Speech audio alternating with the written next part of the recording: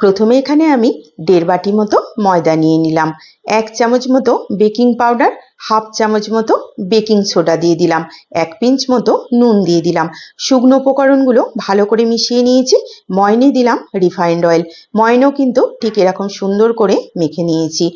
এবার এখানে আমি একটু জল দেবো না, পুরোটা কিন্তু টক দই দিয়ে মাখবো। আর ময়দাটা কিন্তু খুব একটা ঠেসে ঠেসে মাখার দরকার নেই, শুধুমাত্র জড়িয়ে নিলেই হবে।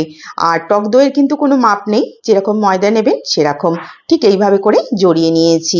এবার এটাকে একটু রেস্টে রাখবো আর একটু নরম করে মেখেছি। একটা চিনির রস বানাবো।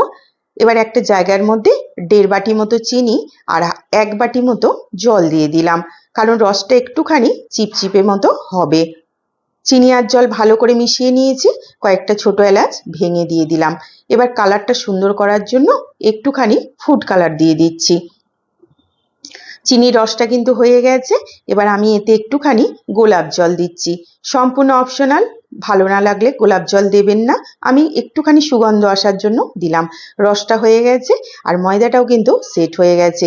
একদম কিন্তু হালকা হয়ে গেছে, হাতে করে তুললেই বুঝতে পারবেন কতটা হালকা হয়ে গেছে।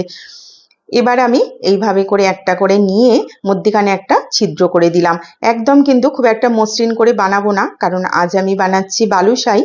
আর বালুশাহীর গা কিন্তু খুব একটা মসৃণ হয় না, একটু এবড়ো খেবড়ো লেয়ার মতো হয়।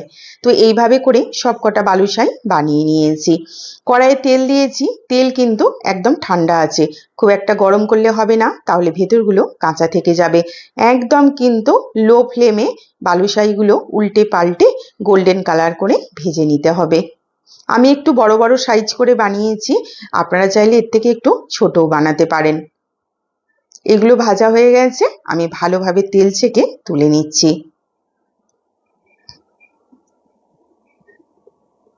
এবার গরম রসের মধ্যে এই গরম বালুশাহীগুলো এক এক করে দিয়ে উল্টে পাল্টে ঘন্টাখানেক মতো আমি রেখে দেব। আর যেহেতু আমি একটু বালুশাহীগুলো বড় বড় বানিয়েছি, আমার এখানে 6টা মতো বালুশাহী হয়েছে। আর রসের জায়গাটা তো একটু ছোট হয়ে গেছে, তা দুভাগে আমি এরকম ভাগ করে দিয়েছি। রসটা দিয়ে 1 ঘন্টা মতো রেখেছিলাম।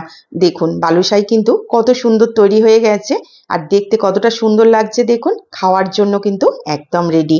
আর ভেতরটাও কতটা সুন্দর হয়েছে দেখুন, রসে ভরা, নরম সফট, অপূর্ব স্বাদের বালুশাহী মিষ্টি। এইভাবে করে ভাঙলে দেখুন একদম কিন্তু নরম হয়েছে। কতটা নরম হয়েছে দেখুন, দেখলেই বুঝতে পারবেন। যদি আমার এই রেসিপি ভালো লাগে তাহলে প্লিজ একটি লাইক করবেন, কমেন্ট করে জানাবেন বালুশাহী মিষ্টির রেসিপি আপনাদের কেমন লাগলো। আরও রেসিপি দেখার জন্য প্লিজ পেজটিকে ফলো করবেন।